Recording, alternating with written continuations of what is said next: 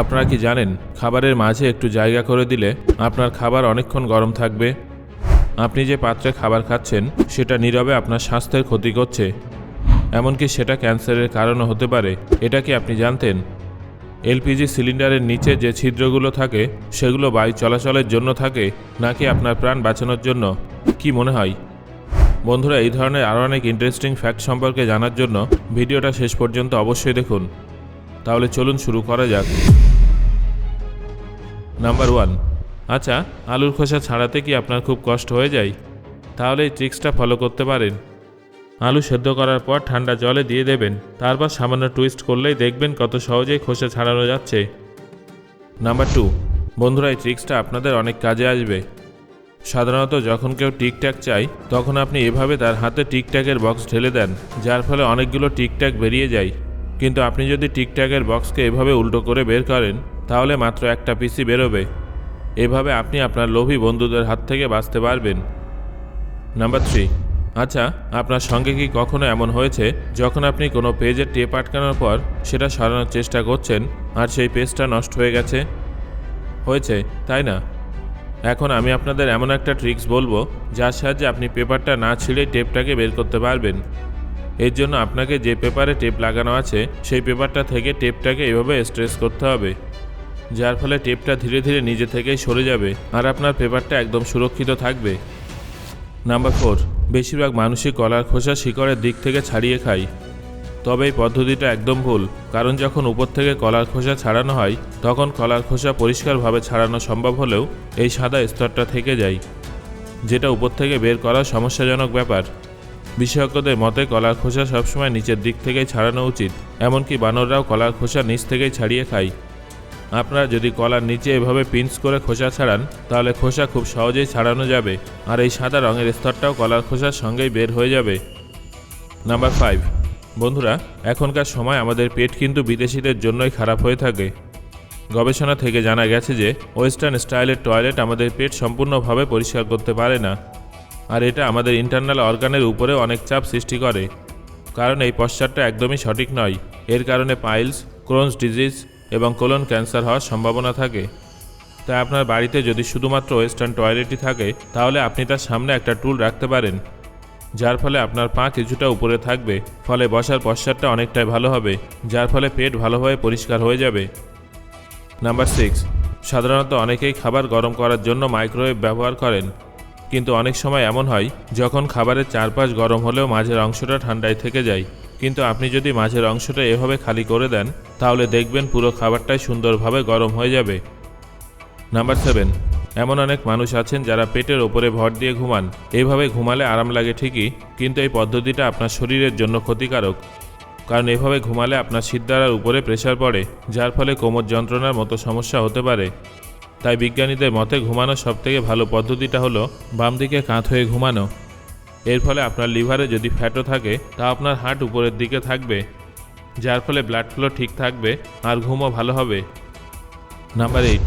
Alarm বন্ধ করা আপনার জীবন বরবাদ করে ফেলতে পারে, কিন্তু কিভাবে জানেন? আমরা সকালে তাড়াতাড়ি ওঠার জন্য অ্যালার্ম সেট করি, কিন্তু সকালে যখন অ্যালার্ম বাজে তখন আমরা সেটা স্নুজ করে ফেলি। এভাবে আমরা আরও 5 বা 10 মিনিট ঘুমিয়ে থাকি। এই সময়টা আপনার শরীর খারাপ করছে, কারণ সায়েন্টিফিক রিসার্চ অনুযায়ী এর ফলে আপনার হার্ট রেট বেড়ে যায়, যার ফলে ভালোভাবে ঘুম হয় না। আবার মস্তিষ্কের কাছে সিগন্যাল যায় যে সে দিনের প্রথম টাস্কটাই সফলভাবে সম্পূর্ণ করেনি, যেটা হলো তাড়াতাড়ি ঘুম থেকে ওঠা, যার ফলে আপনি বাকি কাজগুলো এড়িয়ে যান এবং অলস হয়ে যান। এই সমস্যার হাত থেকে মুক্তি পেতে চাইলে তাড়াতাড়ি শুয়ে পড়ুন এবং এমন সময় অ্যালার্ম সেট করুন যখন আপনি স্বাভাবিকভাবেই উঠতে পারবেন। নাম্বার 9। আচ্ছা, আপনি কি আপনার ডেনিম জিন্স পরিষ্কার রাখার জন্য বারবার ধুয়ে ফেলেন? তাহলে এরপর থেকে আর এটা করবেন না, কারণ ডেনিমের জিন্স যতবার ধোয়া হয় তত তাড়াতাড়ি সেটা খারাপ হয়ে যায় এবং তার রং ফেড হয়ে যায়। তাই ডেনিম জিন্স যতটা সম্ভব কম ধোয়ার চেষ্টা করবেন, তাহলে সেটা অনেক বেশি টেকসই হবে। নাম্বার 10। আপনিও কি তাদের মধ্যে পড়েন যারা খাবার খাওয়ার পরেই ব্রাশ করে আর ভাবে যে এর ফলে দাঁত অনেক মজবুত থাকবে? তাহলে কিন্তু আপনার ধারণা ভুল। বেশ কিছু গবেষণায় জানা গেছে যে যারা খাবার খাওয়ার সঙ্গে সঙ্গে ব্রাশ করে তাদের দাঁত নষ্ট হওয়ার সম্ভাবনা তত বেশি থাকে, এমনকি তাদের এনামেল কোটিংও দ্রুত নষ্ট হয়ে যায়। নাম্বার 11। আপনারাও কি খাবার র্যাপ করার জন্য প্লাস্টিক কিংবা অ্যালুমিনিয়াম ফয়েল ব্যবহার করেন? এটা কিন্তু আপনার স্বাস্থ্যের জন্য অত্যন্ত বিপজ্জনক, কারণ প্লাস্টিক এবং অ্যালুমিনিয়াম হিটের সঙ্গে রিয়্যাক্ট করে খাবারে মিশে যেতে পারে এবং ফুড পয়জনিংয়ের কারণ হয়ে দাঁড়াতে পারে। তাই তার পরিবর্তে আপনার কটন ন্যাপকিন অথবা পার্চমেন্ট পেপার ব্যবহার করতে পারেন। এগুলো আপনার স্বাস্থ্য এবং পরিবেশের জন্য অনেক বেশি সুরক্ষিত। নাম্বার 12, আপনিও কি আপনার ফোন ভুলভাবে চার্জ করছেন? কারণ অনেকেই তাদের ফোন বন্ধ করে চার্জ দেয়। তারা ভাবে যে এর ফলে তাদের ফোন অনেক দ্রুত চার্জ হবে, যদিও এই পদ্ধতিটা একেবারেই ভুল। এখনকার বেশিরভাগ ফোনেই ফাস্ট চার্জিং হয়ে থাকে। অন্যদিকে ফোন বন্ধ করে চার্জে দিলে স্লো চার্জ হয়। তাই ফোন চার্জ দেওয়ার সময় কখনও ফোন বন্ধ রাখবেন না, বরং আপনারা চাইলে ফোন অ্যারোপ্লেন মোডে দিয়ে রাখতে পারেন।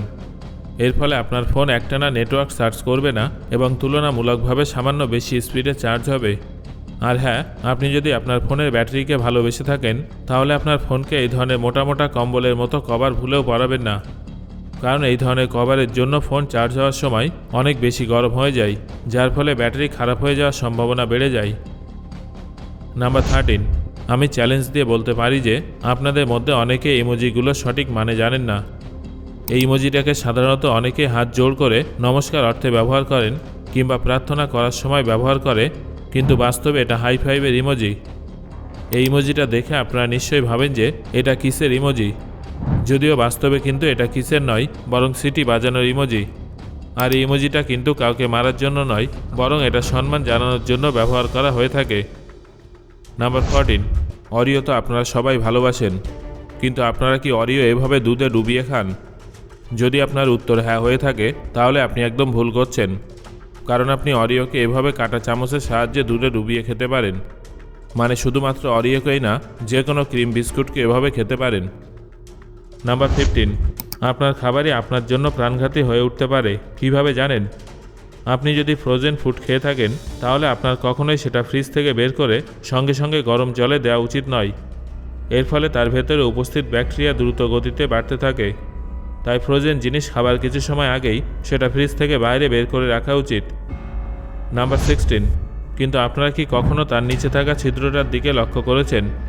এগুলো কেন থাকে জানেন? আসলে যখন কোনো সিলিন্ডার দীর্ঘ সময় পর্যন্ত মাটিতে থাকে, তখন তার নিচে আর্দ্রতা কিংবা জল জমতে পারে। যদি এই আর্দ্রতা ভেতরে ফেসে যায়, তাহলে সিলিন্ডারে জং ধরার সম্ভাবনা থেকে যায়।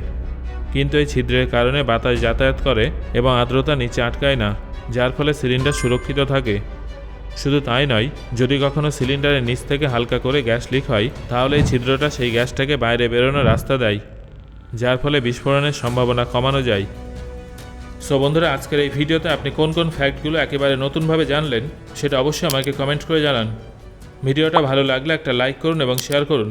ধন্যবাদ।